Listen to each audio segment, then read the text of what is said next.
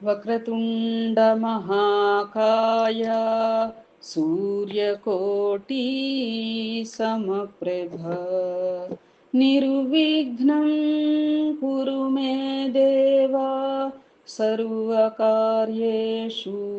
సర్వదా గురు బ్రహ్మా గురుర్విష్ణుః గురుర్దేవో మహేశ్వరః గురు సాక్షాత్ పరబ్రహ్మ తస్మై శ్రీ గురవే నమః. శరదా శరదాంభోజ వదనా వదనాంబుజే సర్వదా సర్వదాస్మాకం సన్నిధిః సన్నిధిం క్రియాత్. ఓం గం గణపతయే నమః. సద్గురవే నమః. శ్రీ మహాసరస్వత్యై నమః. ఓం గ్రాం దత్తాత్రేయాయ నమః. ఓం శ్రీ సాయిరాం. ఓం శ్రీ స్వామి సమర్థాయ నమః. ఓం శ్రీ సద్గురు శ్రీ దత్తాత్రేయాయ నమః. శ్రీ అక్కల్కోట స్వామి సమర్థ లీలామృతం 47వ అధ్యాయ ప్రారంభం. అంశం శ్రీ స్వామి సుత. శ్రీ స్వామి సుత పూర్వాశ్రమములో పేరు శ్రీ హరిభావు. రత్నగిరి జిల్లాలోని రాజపూర్ తాలూకా ఇటియా గ్రామములో శ్రీ దజిబా శ్రీమతి కాకుబాయి అను పుణ్య దంపతులు కలరు. వారు మరాఠ వంశీకులు. మంచి గౌరవ సాంప్రదాయము గల భూస్వామి. వారికి 7 కుమారులు, 4 కుమార్తెలు. వారిలో హరిభావు ఒకరు. వీరు 8 సంవత్సరముల బాల్యములోనే చదువు కొరకు బొంబాయి వెళ్ళి బంధువుల ఇంటిలో ఉండి చదువుకొనినారు. చదువు పూర్తి అయిన పిమ్మట వారికి బొంబాయి మున్సిపల్ కార్పొరేషన్ ఆఫీసులో ఉద్యోగం లభించినది. ఉద్యోగం చేయుచుండగానే హరిభావు తన సహోద్యోగి స్నేహితుడు శ్రీ గజానన్ కఠారి సాహసించి ఉమ్మడిగా షేర్ వ్యాపారం చేయుట ప్రారంభించిరి. కొంతకాలం గడిచిన పిమ్మట ఆ వ్యాపారంలో గొప్ప నష్టము వచ్చినది. దానికై కొన్ని అప్పులు కూడా చేయవలసి వచ్చినది.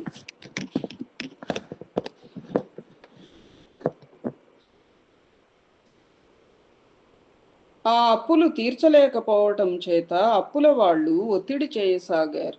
వారు తమ మిత్రుడు తోటి వ్యాపారి అయిన లక్ష్మణ్ పండిట్ అను వాని సహాయం కోరినారు.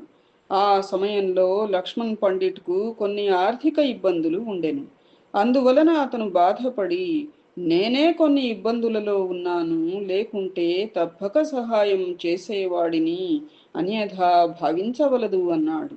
వారు తమ వ్యాపారంలో కలిగిన నష్టం గురించి వివరంగా తెలిపి, ఏ విధంగా ఈ ఆర్థిక ఇబ్బందుల నుండి బయటపడాలో తెలియడం లేదు అన్నారు.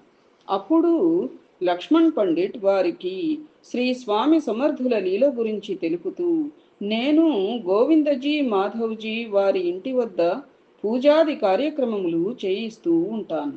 వారు ఒకసారి అక్కల్కోట వెళ్ళి శ్రీ స్వామి సమర్థులను దర్శించి వారి అనుగ్రహమును పొందినారు. వీరికి శ్రీ స్వామి తమ పాదుకలు ప్రసాదించినారు. అంతేకాక వారి ఇంట్లో వంట పని చేసే కానోజీ అను బ్రాహ్మణునికి 10,000 రూపాయలు లభిస్తాయని ఆశీర్వదించినారు. అతనికి అలాగే ఆ ధనం లభించినది. అప్పుడు చెత్త కుండీల్లో వాటిల్లో వెతుక్కుంటూ ఉంటే ఒక స్త్రీ తన భర్త పేరు మీద ఆ ధనం ఇయ్యల. గత 2-3 అధ్యాయాల క్రితం వచ్చింది కదా, అది కానోజీ. ఆ మహాత్ముని వాక్కులు లీలలు అమోఘములు. కనుక మీరు కూడా ఒకసారి అక్కల్కోట వెళ్ళి శ్రీ స్వామి సమర్థులను దర్శించినచో మీరు ఈ సమస్యలన్నింటి నుండి బయటపడగలరని నా విశ్వాసం. నేను కూడా వెళ్ళి వారిని దర్శించాలని తగిన సమయం కోసం ఎదురు చూస్తూ ఉన్నాను అని చెప్పినాడు. లక్ష్మణ్జీ, మీరు వెళ్ళేటప్పుడు మీ వెంట మమ్ములను కూడా తీసుకువెళ్ళండి అని చెప్పి హరిభావు కఠారి సెలవు తీసుకుని వెళ్ళారు. కొన్ని రోజుల తరువాత అదృష్టవశాత్తు లక్ష్మణ్ పండిట్కు షేర్ బజారులో ఒకే పాటలో 2000 రూపాయల లాభం దొరికింది. ఆ తరువాత వెంటనే అక్కల్కోట వెళ్ళవలనని నిర్ణయించుకొనెను. ఆ విషయం హరిభావునకు తెలిపెను. ముగ్గురు కలిసి బయలుదేరి అక్కల్కోట చేరిరి. వీరు వెళ్ళుసరికి శ్రీ స్వామి సమర్థులు రాజప్రాసాదంలో ఉండిరి. ఆయన అప్పుడే భోజనం ముగించి విశ్రాంతి తీసుకుని చుండిరి. శ్రీ స్వామి భుక్త శేషమును ప్రసాదముగా భక్తులెవరికైనా పంచుటకు చోళప్ప ఆయన అల్లుడు శ్రీపాద భట్ బయటకు తెచ్చి చూస్తున్న సమయంలో ముందుగా హరిభావు అక్కడకు చేరినాడు. శ్రీ స్వామివారి ప్రసాదం ఆయనకు లభించినది. సాయిరాం. ఆయన ఎంతో అదృష్టవంతుడు. ఆ తరువాత గజానన్ కఠారి, లక్ష్మణ్ పండిట్ కూడా అక్కడకు చేరిరి. పిదపవారు ముగ్గురు కలిసి శ్రీ స్వామివారిని దర్శించిరి. హరిభావునకు ఆయనను దర్శించిన వెంటనే ఒళ్ళంతా గగుర్పాటు కలిగెను. అది ఒక మధురమైన అనుభూతి. అతని శరీరంలో అణువణువు చైతన్యవంతమైనది. కనుల వెంట ఆనంద భాష్పాలు కారినవి. అతని జీవితంలో ఇలాంటి దివ్యమైన అనుభూతి మునుపెన్నడూ కలగలేదు. శ్రీ స్వామివారి ముగ్గురిని చూచి, ఓ స్టాకు బ్రోకరులారా, వేలం పాటదారులారా, ఓహో వచ్చారా, చాలా సంతోషం అనిరి. వారు ముగ్గురు ఎంతో ఆశ్చర్యపడి శ్రీ స్వామివారు సర్వజ్ఞులను తెలుసుకుని భక్తితో పరిపూర్ణ విశ్వాసముతో పాదాభివందనం చేసిరి. తరువాత శ్రీ స్వామి వారితో ఒక్కొక్కరితో మాట్లాడి వారిని దీవించిరి. హరిభావుతో, ఓ కుమారుడా, నీ ఉద్యోగ వ్యవహారములన్నీ వదిలి ఇక్కడకు వచ్చి నాతో ఉండుము. వచ్చినప్పుడు నీ వద్ద ఉన్న వెండి సామాగ్రిని కూడా తీసుకొనిరా అన్నారు. ఆ మాటలు హరిభావునకు అర్థమైనవి. కానీ వానికి శ్రీ స్వామి చెప్పిన మిగతా విషయములపై ఆందోళన కలిగినది. అంతటి మహోన్నతుడైన శ్రీ స్వామి తనను కుమారా అని సంబోధించినందుకు అమితానందం కలిగినది. కానీ శ్రీ స్వామి చెప్పినట్లు ఉద్యోగమును, ఆస్తిని, కుటుంబమును శాశ్వతముగా వదిలి వచ్చుటయా మానుటయా ఏహీ పాలుపోలేదు. ఆ దినము పరమ పవిత్రమైన ఏకాదశి. మరుసటి రోజు ద్వాదశి. ఏకాదశి ఉపవాసమును విసర్జించి ప్రసాదము తీసుకున్న రోజు నైవేద్యము, హారతి జరిగినవి. ఇవాళ కూడా ద్వాదశే, మనం ఈ ఆడియో చేస్తున్న రోజున. పిమ్మట ఈ ముగ్గురికి మహోన్నతమైన అదృష్టం పట్టినది. సద్గురుదేవుడైన శ్రీ స్వామి సమర్థుల వారే స్వయముగా హరిభావునకు అన్నం ముద్దలు అందించిరి. బేసిన్ లడ్డులను కఠారికిచ్చిరి. బంగాళదుంప బజ్జీలను లక్ష్మణ్ పండితునికిచ్చిరి. ఆ తరువాత విశ్రాంతిగా కూర్చున్నప్పుడు వారి ముగ్గురిని దగ్గర కూర్చుండబెట్టుకొని లక్ష్మణ పండితుని పిలిచి గోడ మీద ఉన్న 3 బొమ్మలను చూపించి అవి ఎవరెవరివి అని అడిగిరి. అందులకు లక్ష్మణ్ పండిట్, స్వామి, సద్గురుమౌళి, మొదటిది మారుతిది, రెండవది శివుడు, మూడవది శ్రీరామచంద్రుడిది అన్నాడు. ఓ లక్ష్మణ్ పండిట్, ఈ హరిభావు మారుతి అంశగలవాడు, కఠారి శివుని అంశగలవాడు, నీవు శ్రీరాముని అంశగలవాడివి. అందువలన మీరు ముగ్గురు ఆ ముగ్గురు దేవతలను ధ్యానించవలెను అని శ్రీ స్వామి ఆ ముగ్గురు దేవతల మీద 3 శ్లోకములను చెప్పిరి. ఆ తరువాత వారు తాము ఎంతో ధన్యులమని తలచి శ్రీ స్వామి వద్ద సెలవు తీసుకుని బొంబాయి తిరిగి వెళ్ళిరి. బొంబాయిలో తమ తమ కార్యక్రమములలో నిమగ్నమైరి. కొంతకాలమునకు హరిభావు జీవితం పూర్తిగా మారిపోయినది. నిత్య జీవితముపై విరక్తి కలిగినది. సాంసారిక విషయవాసనలపై ఆసక్తి నశించినది. తిరిగి శ్రీ స్వామిని దర్శించుటకు శ్రీ స్వామివారు చెప్పినట్లుగా వెండి పాదుకలు చేయించుకుని అక్కల్కోట చేరినాడు. శ్రీ స్వామి ఆప్యాయంగా ఆహ్వానించి ఆ పాదుకలు స్వీకరించి ధరించిరి. చాలా అందముగా శ్రీ స్వామివారి పాదాలలోని చిహ్నములతో ఉన్న ఆ పాదుకలను ఎందరో శిష్యులు, సేవకులు ఆశించి కోరిరి. కానీ శ్రీ స్వామి వాటిని ఎవ్వరికీ ఇయ్యలేదు. 15 రోజులు వాటిని ధరించి హరిభావును పిలిచి, గత జీవితమును విసర్జించుము, ఉద్యోగమును వదిలివేయుము, అతి పెద్ద ధ్వజస్తంభముతో బొంబాయిలో సముద్ర తీరమున ఒక ఆశ్రమమును స్థాపించి తగిన భవన నిర్మాణం గావించుము అని అతన్ని కౌగలించుకొని తండ్రి వలె ఒళ్ళంతా నిమిరిరి. తన స్పర్శతో మహిమపరిచిన పవిత్ర వెండి పాదుకలను వానికిచ్చిరి. ఈ పాదుకలను మఠములో ప్రతిష్ఠించుము. ఇవి నా ఆత్మలింగ స్వరూపం. వీనిలో దివ్యమైన ఆత్మశక్తి ప్రతిష్ఠింపబడి ఉన్నది అని చెప్పిరి. ఈ సంఘటన జరుగునాటి ముందు రోజు రాత్రి ఒక విచిత్రమైన సంఘటన జరిగినది. అర్ధరాత్రి అందరూ నిద్రించుచుండగా శ్రీ స్వామి ప్రక్క మీద నుండి లేచి బయటకు వచ్చి హరిభావు నిద్రించుచున్న చెట్టు దగ్గరకు వచ్చి, నా బాలగోవిందుడు ఇక్కడ నిద్రపోవుచున్నాడు, ఇక్కడ నుంచి లే అనిరి. ఆ చెట్టు గడగడ వణికినది. ఆ చెట్టులో నుండి బంతివలెనున్న ఒక వెలుగు ఆకాశములోనికి ఎగిరిపోయెను. ఆ కలవరమునకు అక్కడ నిద్రించుచున్న హరిభావు లేచి శ్రీ స్వామి పాదములపై పడినాడు. తండ్రి కుమారులు ఇరువురు చాలాసేపు మాట్లాడుకొనిరి. అంతటా శ్రీ స్వామి తన కౌపీనం అంగీని ఆయనకిచ్చిరి. హరిభావును, రేపు నీవు ఇంటికి వెళ్ళవచ్చు. నేను చెప్పినట్లు నీ క్రొత్త జీవితమును ప్రారంభించుము. నా పాదుకలు అండగా ఉండి నీకు ఉన్నత జీవితమునకు మార్గదర్శకమగును. అవి నీకు రక్ష ఇచ్చి మహాశక్తిని కలుగచేయును అని దీవించి ఇరువురును విశ్రమించిరి. హరిభావు శ్రీ స్వామి సమర్థులిచ్చిన పాదుకలు స్వీకరించి తన వద్దనున్న 80 తులాల బంగారమును అమ్మి బ్రాహ్మణులకు ఇతరులకు దానధర్మములు చేసి కాషాయ వస్త్రములు ధరించి ఆశ్రమ స్వీకారం చేసెను. అతనిని భక్తులందరూ శ్రీ స్వామి సుత అని పిలువసాగిరి. కుమారా కుమారా అని సంబోధిస్తున్నారు కదా, అందుకని స్వామివారి పుత్రుడు స్వామి సుత అని పిలుస్తూ ఉన్నారన్నమాట. ఆ పాదుకలు తీసుకుని బొంబాయి చేరినాడు. శ్రీ స్వామి ఆదేశానుసారం తన భార్య మెడలోని మంగళసూత్రములతో సహా యావదాస్తిని అమ్మివేసి దానధర్మములు చేసినాడు. తంబురా ధరించి శ్రీ స్వామివారిపై భక్తితో తాను స్వయంగా వ్రాసిన సంకీర్తనలు గానము చేయుచు మధురమైన తన్మయత్వంలో మునిగిపోతుండేవాడు. తన భార్య తారాబాయికి శ్వేత వస్త్రములిచ్చి ఆమెను కూడా తనకు అనుకూలముగా మెలగవలసినదని కోరినాడు. కానీ ఆమె ఇంకా 20 సంవత్సరములైనా నిండని యువతి కనుక భర్తలోని హఠాత్ పరిణామానికి తట్టుకొనలేకపోయినది. హరిభావు వయస్సు అప్పటికి కేవలం 25 సంవత్సరములు. కానీ గత్యంతరం లేక తారాబాయి కూడా నెమ్మదిగా భర్త మార్గములోనికి వచ్చి ఒక భక్తురాలిగా మారిపోయినది. భర్త యొక్క మొండితనం వలన ఆమెలోని ఆశలు తన భర్తను మార్చలేకపోయినవి. హరిభావు బొంబాయిలోని కామాటిపురలో ఒక మఠమును నిర్మించి అందులో శ్రీ స్వామివారి పాదుకలు ప్రతిష్ఠించినాడు. శ్రీ స్వామి సుత తరచుగా అక్కల్కోట వెళ్ళి శ్రీ స్వామిని దర్శించుకుంటుండేవారు. శ్రీ స్వామి వీరిని మురళీధరుని మందిరంలో ఉండమనేవారు. అక్కడ శ్రీ స్వామి సుత ధ్యానం చేసుకుంటూ సమాధి స్థితిని పొందేవారు.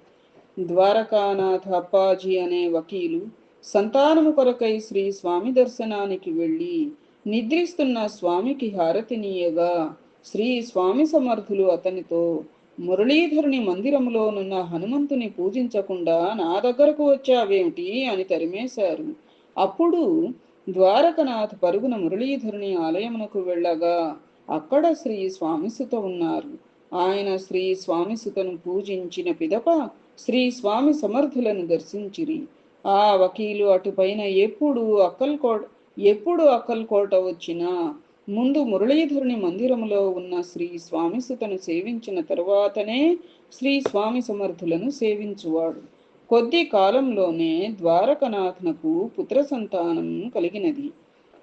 కొన్ని సంవత్సరముల తరువాత ఒకసారి శ్రీ స్వామిసుత అక్కల్కోట వచ్చినప్పుడు శ్రీ స్వామి సమర్థులు, నేను త్వరలో వెళ్ళిపోవచ్చున్నాను, తదుపరి నా బాధ్యతలు నీవు నిర్వహించవలెను అన్నారు. స్వామిసుతుడు ఇది విని చాలా ఆశ్చర్యమును విచారమును పొందెను. శ్రీ స్వామి లేని లోకమును ఊహించలేక సర్వము శూన్యమని, అది చాలా భయంకర పరిస్థితి అని తలంచెను.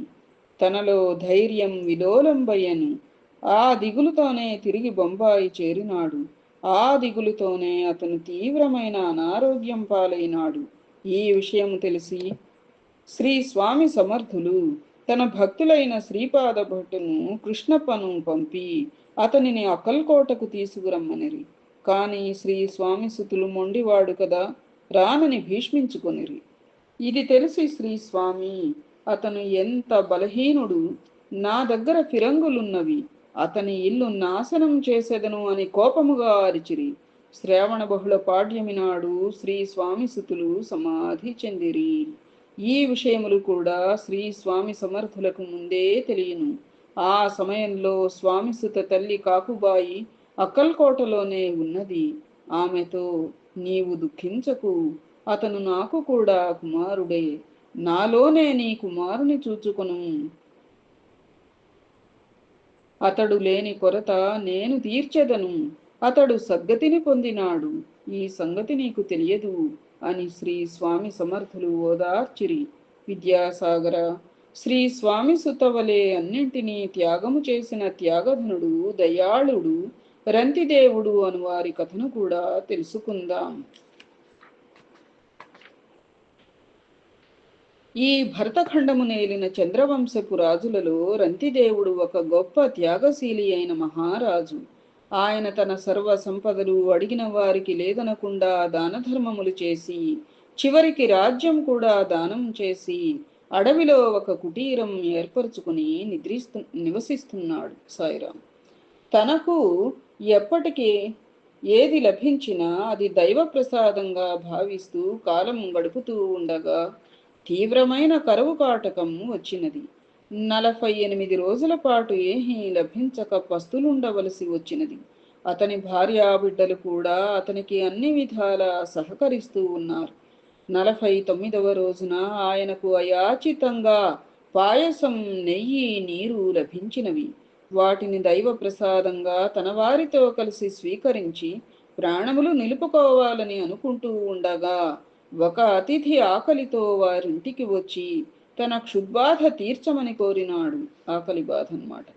అప్పుడు ఆయన ఆ పాయసంలో సహం ఆ అతిథికి ఆహారంగా ఇచ్చి, సాక్షాత్తు శ్రీమన్నారాయణమూర్తియే ఆ రూపంలో వచ్చినాడని భావించి ఎంతో సంతోషించాడు. మిగిలిన పాయసం భుజించబోయే లోపల ఒక శూద్రుడు వారింటికొచ్చి తన ఆకలి బాధను తీర్చి తన ప్రాణాలు కాపాడమని ప్రాధేయపడినాడు. ఆ మిగిలిన ఆహారంలో సహం వానికిచ్చి అతనిని సంతృప్తిపరిచినాడు రంతిదేవుడు. ఇంకా కొద్ది ఆహారం మాత్రమే మిగిలి ఉన్నది. దానినైనా తిని తను తన కుటుంబము ప్రాణాలు నిలుపుకుందామని సమాయత్తమగుచూ ఉండగా ఒకడు కొన్ని కుక్కలను వెంటబెట్టుకుని వచ్చి, మాకు ఆకలి బాగా వేస్తున్నది, మా ఆకలి తీర్చమని కోరగా రంతిదేవుడు తన వద్ద గల పాయసం వారికిచ్చి, వారు కూడా శ్రీహరి స్వరూపులుగా భావించి మిగిలిన మంచినీరు త్రాగి ప్రాణములు నిలుపుకుందామా అని అనుకుంటూ ఉండగా ఒక చండాలుడు వారి వద్దకొచ్చి, అయ్యా, ఆకలితో దాహంతో నా ప్రాణం పోయేట్లుంది, నన్నెలాగైనా రక్షించండి అన్నాడు. అప్పుడు రంతిదేవుడు ఎంతో జాలిపడి తన వద్ద తినుటకేహీ లేదని, కేవలం నీరు మాత్రమే కలదని వాటిని అతని చేత త్రాగించి ఆనంద పారవస్యంలో మునిగినాడు. ఇంతలో బ్రహ్మాది దేవతలు అతని ఎదుట ప్రత్యక్షమైనారు. రంతిదేవుడు వారికి ప్రణమిల్లి వారిని అనేక విధములుగా స్తుతించినాడు. ఎంతటి కష్టకాలంలో కూడా తనకు స్వార్థం, మోహం కలగనీయక తన భక్తిని నిశ్చలంగా ఉండేట్లు చేసిన ఆ బ్రహ్మాది దేవతలకు కృతజ్ఞతలు తెలుపుకున్నాడు.